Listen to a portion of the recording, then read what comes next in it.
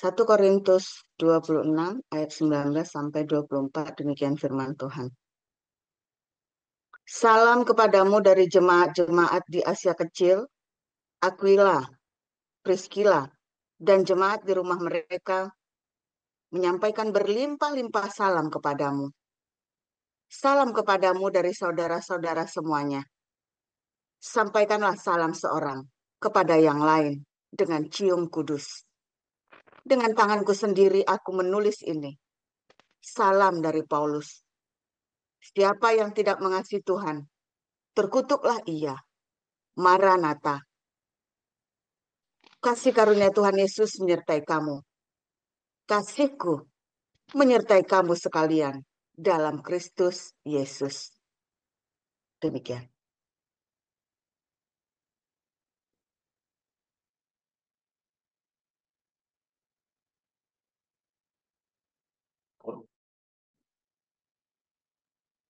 Ya, pembacaan kedua dari Matius 25 ayat 31 sampai dengan 46. Apabila Anak Manusia datang dalam kemuliaannya dan semua malaikat bersama-sama dengan Dia, maka Ia akan bersemayam di atas tahta kemuliaannya. Lalu semua bangsa akan dikumpulkan di hadapannya, dan Ia akan memisahkan mereka seorang daripada seorang, sama seperti gembala memisahkan domba dari kambing. Dan Ia akan menempatkan domba-domba di sebelah kanannya dan kambing-kambing di sebelah kirinya. Dan raja itu akan berkata kepada mereka yang di sebelah kanannya, "Mari, hai kamu yang diberkati oleh Bapa-Ku, terimalah kerajaan yang telah disediakan bagimu sejak dunia dijadikan. Sebab ketika aku lapar, kamu memberi aku makan. Ketika aku haus, kamu memberi aku minum. Ketika aku seorang asing, kamu memberi aku tumpangan. Ketika aku telanjang, kamu memberi aku pakaian. Ketika aku sakit, kamu melawat aku. Ketika aku di dalam penjara, kamu mengunjungi aku." Maka orang-orang benar itu akan menjawab dia, katanya, "Tuhan, bila manakah kami melihat Engkau lapar dan kami memberi Engkau makan, atau haus dan kami memberi Engkau minum? Bila manakah kami melihat Engkau sebagai orang asing dan kami memberi Engkau tumpangan atau telanjang dan kami memberi Engkau pakaian? Bila manakah kami melihat Engkau sakit atau dalam penjara dan kami mengunjungi Engkau?"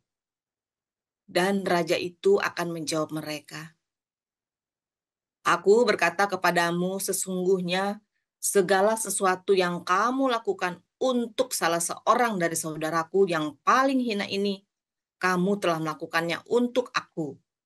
Dan ia akan berkata juga kepada mereka yang di sebelah kirinya, "Enyahlah dari hadapanku, hai kamu orang-orang terkutuk. Enyahlah ke dalam api yang kekal yang telah disediakan untuk iblis dan malaikat-malaikatnya. Sebab ketika aku lapar, kamu tidak memberi aku makan. Ketika aku haus, kamu tidak memberi aku minum. Ketika aku seorang asing, kamu tidak memberi aku tumpangan. Ketika aku telanjang, kamu tidak memberi aku pakaian. Ketika aku sakit dan dalam penjara, kamu tidak melawat aku." Lalu mereka pun akan menjawab dia, katanya, "Tuhan, bila manakah kami melihat Engkau lapar atau haus, atau sebagai orang asing, atau telanjang, atau sakit, atau dalam penjara, dan kami tidak melayani Engkau?" Maka ia akan menjawab mereka, "Aku berkata kepadamu, sesungguhnya segala sesuatu yang tidak kamu lakukan untuk salah seorang dari yang paling hina ini, kamu tidak melakukannya juga untuk aku." Dan mereka ini akan masuk ke tempat siksaan yang kekal, tetapi orang benar ke dalam hidup yang kekal. Demikianlah sabda Tuhan. Ya, terima kasih Bu Nerliana dan Bu Rima. Silakan Pak Karyanto. Ya, makasih Mbak Nisa. Ya, salam Bapak Ibu. Dan salam juga buat Pastor Paul dan Bu Ana. Terima kasih buat kesempatan pagi hari ini saya diberi kesempatan untuk membawakan renungan pagi ini. Ya, saya sebenarnya 2 tahun yang lalu disuruh, tapi saya belum siap. Tapi sekarang ya harus siap, ya. Ya, saya mengenal YouTube ini awal 2020. 2020 itu awal corona ya. Jadi gereja-gereja lagi pada tutup semua itu. Jadi pas kita cari Tuhan lewat YouTube. Ya, saya mengenal YouTube-nya Pak Pastor Paul ini 2020 itu saya lihat, wah ini luar biasa. Yang saya lihat pertama itu Pak Jenderal Yunus Tobing itu ya. Wah, saya kan senang ya kalau pemberitaan firman itu sedikit keras gitu. Ya, jadi saya senang gitu. Nah, akhirnya saya ikut terus sampai hari ini sudah memasuki tahun keempat, ya, tahun keempat. Bahkan saya juga mengikuti kelas-kelas evangelisnya. Evangelis dan kelas-kelas seterusnya ya. Ya, saya merasa diberkati melalui kelas ini ya. Melalui kelas ini saya banyak mendapatkan hal-hal yang baru. Hal-hal yang baru. Terus apa ya, paradigma lama saya ini mulai dibukakan. Apa kita kadang-kadang di gereja seringkali terjebak di dalam dogma-dogma gereja, ritual, simbol-simbol ya. Tapi sekarang ya saya mulai pelan-pelan terlepas dari semua itu ya. Karena saya melalui kelas-kelas ini banyak belajar, banyak menerima hal-hal yang baru yang membuat paradigma saya ini berubah gitu. Ya. Jadi itulah awalnya saya mengenal YouTube ini, bahkan ya sampai hari ini saya juga ikut terlibat di sini mengikuti YouTube-nya. Saya sebenarnya lebih banyak di YouTube ya, lebih aktif di YouTube daripada masuk ke Zoom. Ke Zoom ini ya saya jarang sekali ya masuk ke Zoom ini. Tapi saya aktif setiap hari di YouTube-nya. Jadi saya selalu mengikuti di YouTube ini. Nah, sekarang saya masuk pada judul ya. Judul ini saya ambil dari 1 Korintus 16 ayat 22. Nah, di situ pesan Paulus, siapa yang tidak mengasihi Tuhan terkutuklah ia. Ya, kita tahu Rasul Paulus ini rasul yang sungguh luar biasa ya. Jadi saudara, kalau Rasul Paulus memberi pesan bagi kita semua tentang bagaimana mengasihi Tuhan yang benar, sekarang kita juga punya Pastor Paul yang mengingatkan kita bagaimana mengasihi Tuhan setiap hari. Ya, kita bersyukur khususnya saya masuk di dalam komunitas ini karena sangat ini betul-betul pengajaran yang luar biasa gitu. Karena kita kalau di gereja-gereja lokal terus terang aja tidak mendapatkan pengajaran yang luar biasa ini. Ya, di sana kebanyakan yang biasa-biasa lah gitu. Jadi di sini luar biasa. Ya.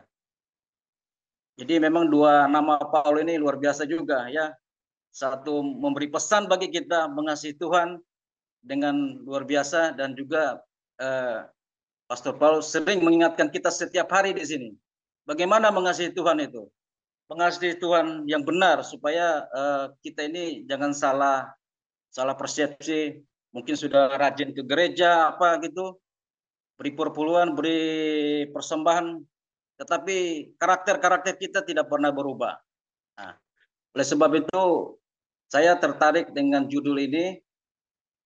Jadi siapa yang tidak mengasihi Tuhan terkutuklah dia.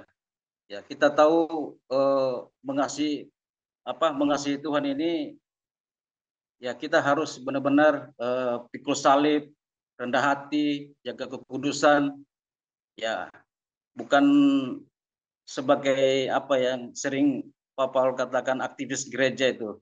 Jadi jadi ini apa ya, luar biasa gitu buat saya, dan saya juga mengajarkan keluarga saya untuk terus mengasihi Tuhan dengan cara sangkal diri pikul salib, mengampuni, bahkan memberkati musuh-musuh kita.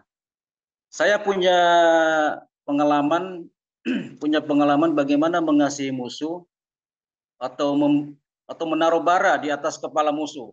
Nah, saya punya ceritanya, punya tetangga. Tetangga saya ini kan awalnya ya baik-baik saja sih. Saya semua bertetangga semua baik, tidak ada yang tidak baik. Cuma saya nggak tahu kenapa dia tiba-tiba bisa marah pada waktu apa ya? Saya kan punya relasi, sales-sales datang ke rumah. Cuma saya nggak tahu ya, mungkin udah lama terjadi dia merasa marah ketika di depan rumahnya itu mungkin diparkir mobil, motor apa, jadi dia merasa marah gitu. Nah, ada suatu waktu ini kakak saya sendiri datang ke rumah, habis itu dia pulang, saya nganter pulang, datanglah menantunya itu menegur saya, Pak, lain kali kalau bisa jangan lagi parkir di sini. Jadi saya merasa juga kaget dengar dia kok marah-marah gitu. Padahal saya merasa kontribusi saya ke tetangga ini lebih banyak daripada dia. Nah, kakak saya pulang, saya merasa terganggu dengan perkataan dia kan. Saya pikir ini orang kok udah mau kurang lebih kita cuma numpang aja. Lagi pula kita, kakak saya menaruh mobil itu bukan di depan pintu dia, mengganggu dia masuk, tapi di ruang sedikit yang luas. Nah, saya merasa terganggu itu, muncullah sedikit kemarahan, kebencian, pingin balas dendam, pingin apa gitu. Tapi saya minta kasih karunia untuk bersabar. Nah, pada waktu saya ada ibadah di rumah ada ibadah apa itu namanya tuh komsel gitu ya. Kalau istilahnya di gereja lokal sini mesbah keluarga. Kalau dulu kami pakai nama family altar. Ya sekarang mesbah keluarga. Jadi saya tergerak, dapat terima, diingatkan dengan mengasihi musuh ini, yaitu memberi makan kepada musuh kita. Jadi pada waktu ibadah di rumah itu, sorenya itu saya bawakan duluan makanan itu melalui anak buah saya. Jadi saya coba mempraktekkan apa yang diajarkan di komunitas ini, itu mengasihi musuh, mengampuni musuh, bahkan memberkati musuh. Jadi saya coba lakukan itu, praktekkan, ya akhirnya saya mendapatkan WA dari istrinya kepada istri saya juga, ucapan terima kasih apa segala macam-macam. Akhirnya besoknya saya ketemu suaminya itu yang marah-marah itu, akhirnya saya melepaskan pengampunan itu. Kami akhirnya bisa baik, akhirnya kami bisa jadi tetangga kembali seperti biasa lagi. Bahkan kami setiap ada hari-hari besar keagamaan itu, ya dia ada kirim juga makanan ke saya, dan saya juga ya setiap Natal kayak apakah gitu, hari-hari besar juga saya kirim makanan kepada dia. Bahkan juga ya tidak harus hari-hari keagamaan, hari-hari biasa juga kalau ada berkat, mungkin buah durian kah, pernah saya kasih juga buah durian gitu. Ya, buah durian. Jadi saya saya berikan juga dia. Akhirnya saya sama dia sampai hari ini ya semua sudah baik. Ini kejadian sebenarnya udah lama sih. udah lama juga sih. Tapi saya sebenarnya dari masa muda saya juga masih punya waktu mengenal Tuhan, masa muda punya masih kasih mula-mula. Memang ada satu rema yang sudah tertanam di dalam hidup saya, yaitu mengampuni itu. Mengampuni. Karena ada satu ayat, kalau kamu tidak mengampuni, Bapa di surga tidak mengampuni.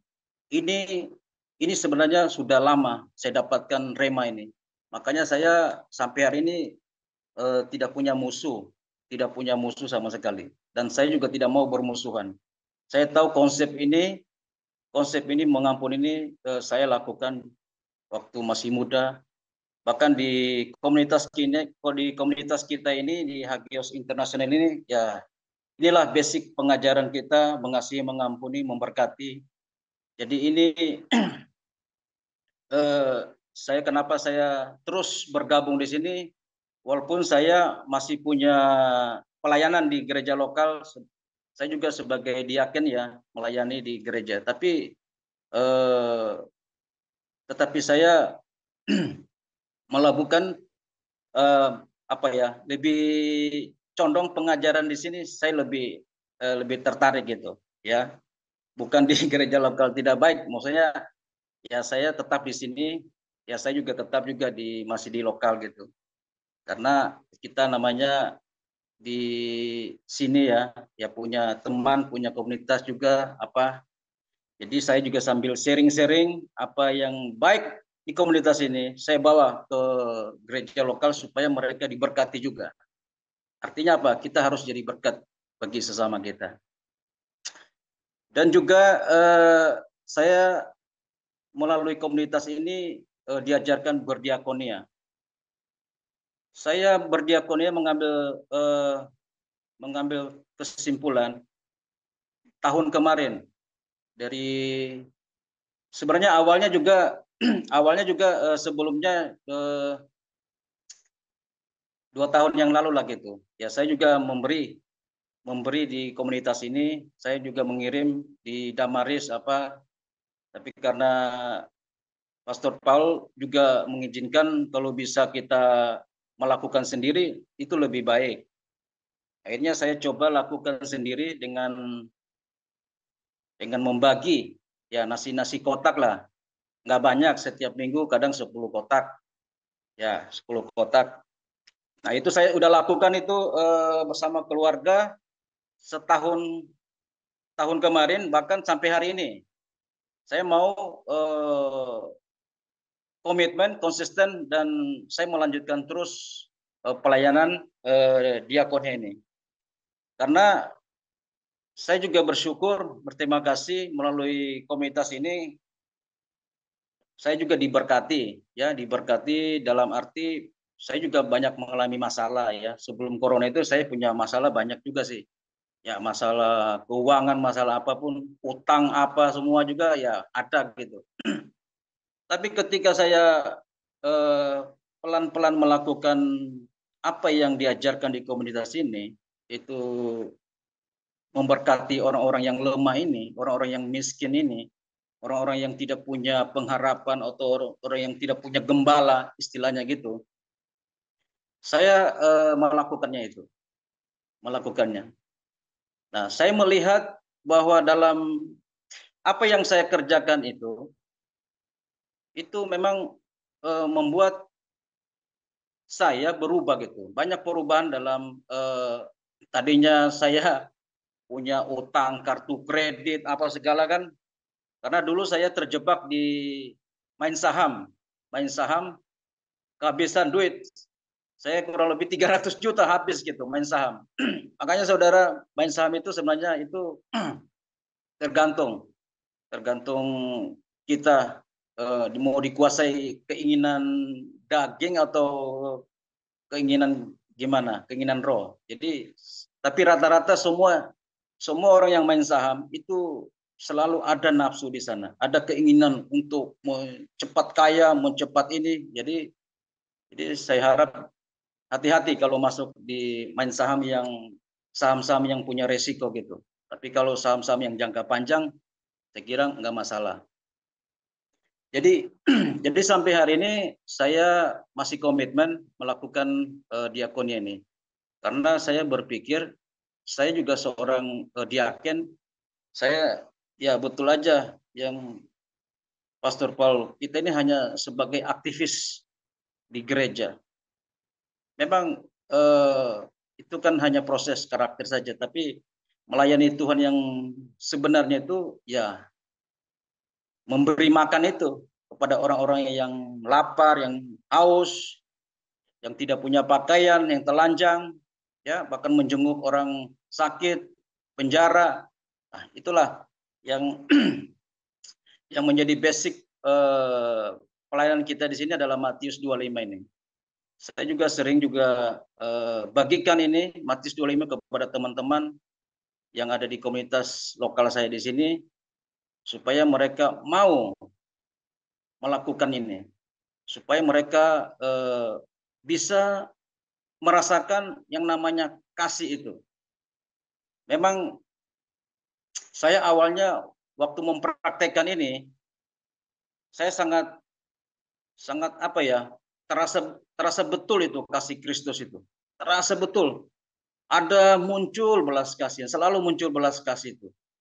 Ya, belas kasih bukan karena kasihan, tetapi belas kasih yang muncul dari hidup saya, dari roh saya untuk terus melanjutkan ini.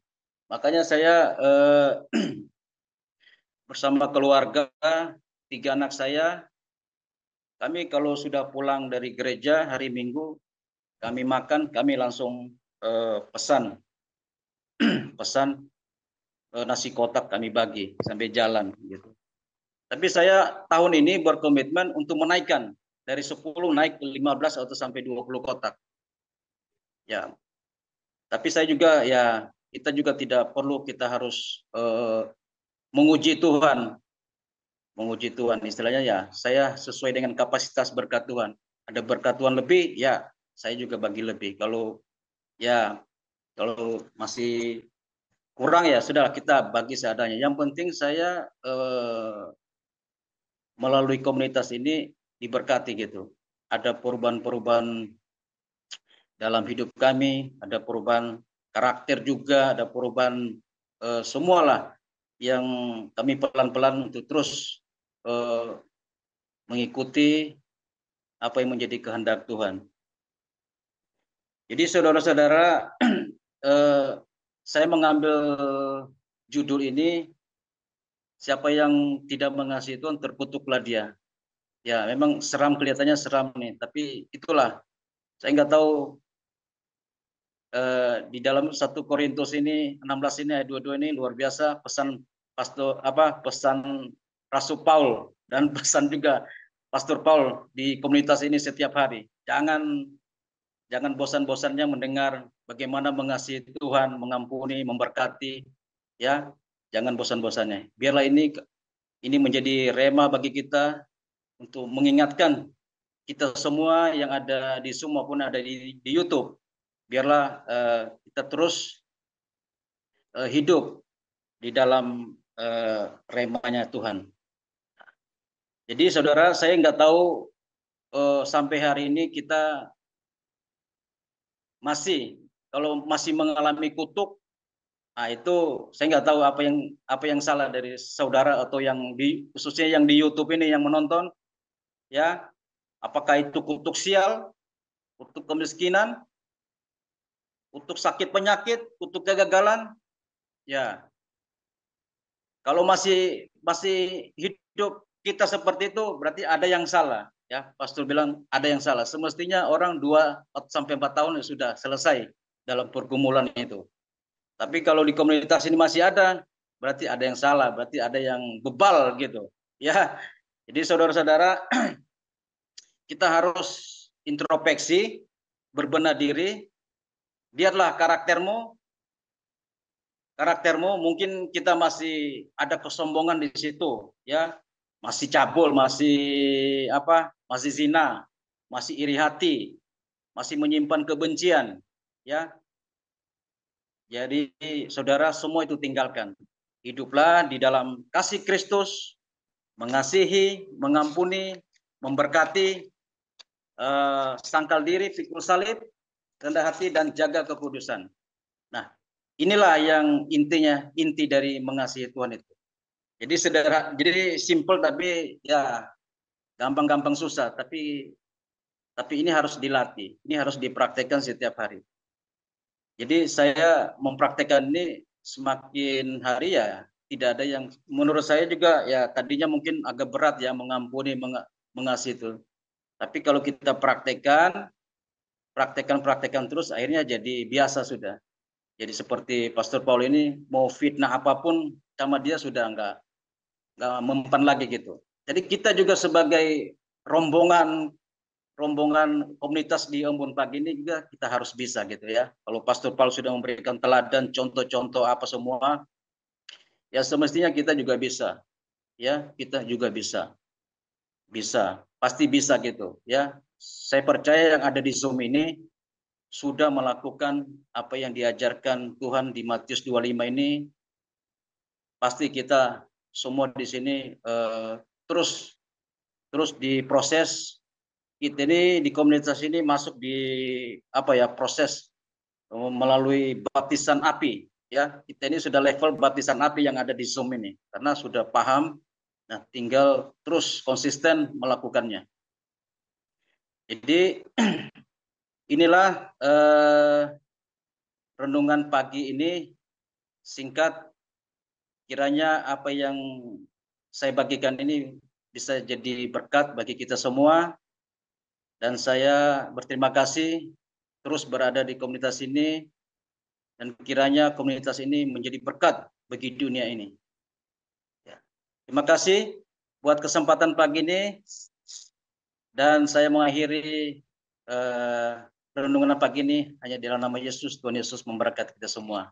Amin.